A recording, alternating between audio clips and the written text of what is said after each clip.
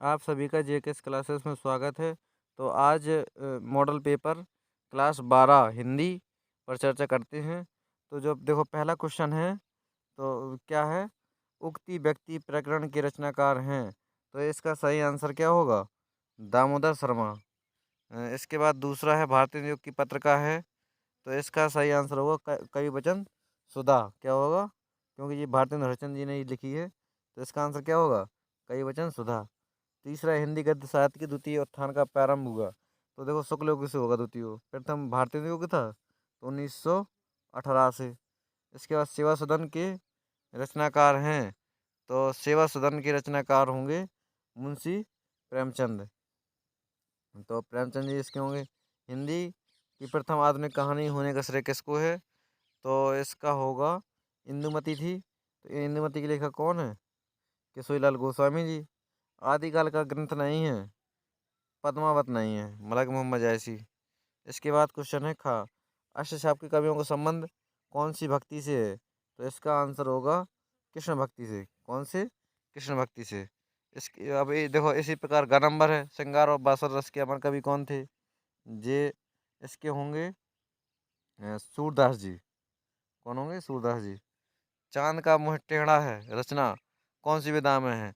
तो ये आप लोगों को बताना है, कमेंट बॉक्स में इसका आंसर देना, बहुत इंपॉर्टेंट है। इसके बाद है, बात करते हैं कबीर की बाणी के डायरेक्टर का कथन किसका है? तो ये होगा हजारी प्रसाद द्विवेदी जी का। इसके बाद बात करते हैं, तीसरा प्रश्न जो आया है गद्यांश। तो इसमें क्या है? 10 नंबर का होगा। कितने नंबर का होगा? 10 नंबर का। तो इसमें आप लोगों को क्या क्या करना है? देखो गद्यांश संदर्भ लिखना है, पूरे पैसेज को पढ़ना है। देखो क्वेश्चन कैसे है देखते हैं अपन लोग। तो पहला प्रस्तुत गद्यांश क्या दिया है? गद्यांश दिया है। इसके पाठ के लेखक का नाम लिखना है और पाठ का नाम लिखना है। फिर इसमें व्याख्या करनी है और इसमें जो प्रश्न होंगे उनके उत्तर देना है। तो इस प्रकार से इसका 10 नंबर का पूरा होगा। या फिर ये भी कर सकते हो, अथवा में भी है, पहला नहीं बना तो ये वाला भी कर सकते हो। तो इसके बाद बात करते हैं प्रश्न नंबर चौथे की। इसमें पद्यांश पर आधारित प्रश्न पूछेगा वो। तो एक दो पद्यांश दिए होंगे, जो कोई भी बने उसमें से। पांचवा क्वेश्चन है, लेखक का जीवन परिचय लिखना है। तो पहले गद्य का है, तो देखते हैं गद्य के वाले में क्या है। कोई एक गद्य का याद करना है, 3 दिए होंगे, एक करना होता है, जो याद हो वो करना है अपन को। इसके बाद खा नंबर में भी कोई पद का एक कवि होगा, उसमें से 3 दिए होंगे, कोई एक करना होता है, जो तुम्हें बनते हो। तो इसमें जयशंकर प्रसाद बहुत इंपॉर्टेंट है, इसको कर सकते हैं। छठवां क्वेश्चन में एक कहानी लिखने को आती है, 2 होंगी, किसी एक कहानी को लिखना है, वो भी 80 शब्दों में लिखना है। इसके बाद सातवां क्वेश्चन है, स्वपठित खंड काव्य जो आपके उसमें हो तो वो करना है। जैसे हमारे यहाँ होगा शायद भर श्रवण कुमार। कौन सा है? श्रवण कुमार। तो उसके बारे में पूरा देखो, चाहे जितना पढ़ लेना है, और खंड काव्य की शॉर्टकट में कहानी। इसके बाद है खा है, खंड खा में प्रश्न नंबर 8 बनेगा। ये पहले का नंबर दिया है, तो इस कोई गद्यांश है, उस गद्यांश का अपन लोगों को हिंदी अनुवाद करना है, 7 नंबर का होगा। इसके बाद खा नंबर में कोई श्लोक है, तो श्लोक का हिंदी में अर्थ देना है। और इसके बाद 9वां क्वेश्चन है, 2 संस्कृत में उत्तर दीजिए, इनके उत्तर देना है। ये भी 2-2 नंबर के हैं, 4 नंबर के क्वेश्चन है। तो इसके बाद 10वां प्रश्न है जी व्याकरण वाला। तो देखते हैं, श्रृंगार रस या करुणा रस में कोई एक याद कर लेना है, उसको उदाहरण लिख देना है।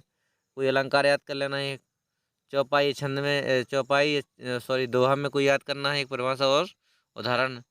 तो इसके बाद निबंध आता है, निबंध को एक विषय में लिखना है। बेरोजगारी समस्या समाधान, कोरोना का भी वर्तमान में चल रहा, तो ये वाला भी याद करके जाना आप लोग। इसके बाद संधि आ जाती है, जैसे पौधन का पाप का हो जाएगा। प्रयोजन प्राजधन प्रधन एजिते प्रेजिते हो जाएगा।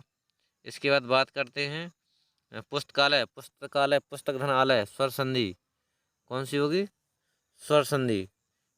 इस प्रकार से इनको हल कर देना है। समास विग्रह भी आते हैं, दशानन मतलब कि बहुब्री, कृष्ण सर। इस प्रकार से एक समास को समास विग्रह करना है, प्रत्येकम। तो इस प्रकार से 13वें क्वेश्चन में बहुवचन वो द्वितीय विभक्ति मतलब वचन आते हैं। इसके बाद ये देखो पूरा धातु प्रत्यय योग, इसके बाद है प्रत्यय भी आते हैं। देखो प्रत्यय, एक शब्द में कोई छांटना है कोई किसी का, गुणवान, ये रूपवती बहुत इंपॉर्टेंट है इसमें। इसके बाद विभक्ति फिर आ गई है, देखो कौन सी विभक्ति है। हैं 14वां क्वेश्चन है संस्कृत में अनुवाद करना है कि तुम जाते हो, और इस प्रकार से पूरा 100 नंबर का पेपर आएगा। डिक्टो बिल्कुल इसी प्रकार का पेपर आएगा। तो आप लोग इस पेपर को बढ़िया से हल करिए और अपने हिसाब से, और याद करके बढ़िया पेपर में जाइए।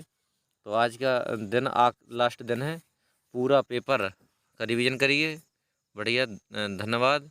इस वीडियो को देख शेयर करिए।